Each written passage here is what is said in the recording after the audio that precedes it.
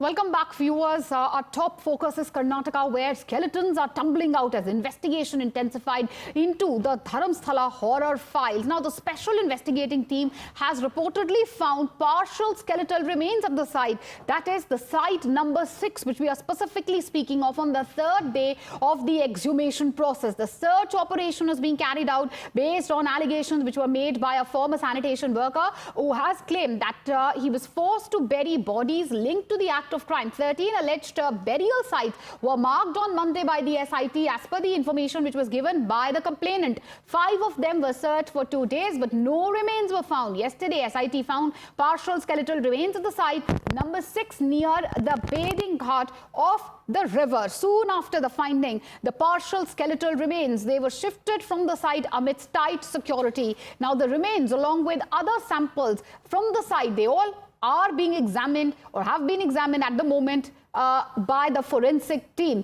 My colleague Neha is joining us live on the broadcast. Neha, skeletons are tumbling out, and literally when we speak of the investigation into the Dharamsthala horror files, the SIT has reportedly found partial skeletal remains at the site. Take us through, one, what was found during the exhumation process and what happens next.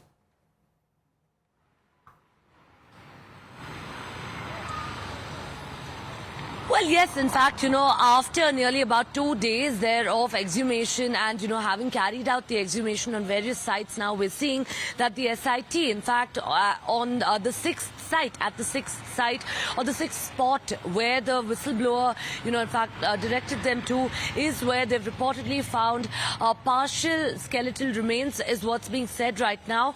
Remember, of course, one thing there being that several people, of course, have also said that in and around that very area there, it's possibly now difficult to actually find whole skeletons or whole, of course, remains over here, given that it's been many years now since these burials were done, and 2, also given the fact that it's been raining, and 3, the fact that the topography there, the soil there, also not really, of course, allowing for the skeletal remains to stay intact. So disintegration. Now, of course, if we're talking about what the SIT there has uncovered yesterday, even as the SIT reached spot number 6 that was shown to them by the whistleblower, they've reportedly managed to, of course, find a partial skeletal remains there that's been seized now by them. What we do know, of course, at this point in time is that they are now going to be picking up, of course, these remains, collecting them. Now, possibly what happens next is going to be quite crucial. Going forward today, tomorrow, and possibly, of course, maybe even day after tomorrow, given the rains in the region there, until the collection of or until the exhumation of all of the sites is done, it's only once that's done that possibly now teams of the FSL and others would come in for their job. Now, what exactly, of course, happens here after all of those skeletal remains are found? It would possibly be sent now for testing to ascertain how old really these remains are, at least to get an average, to get an idea of roughly how long ago these date back to, followed by which possibly we'll really have to wait and see technically what procedures would then follow. Well, absolutely. And the Dharamsthala, twists and turns obviously not ending. And the latest findings are going to be very crucial.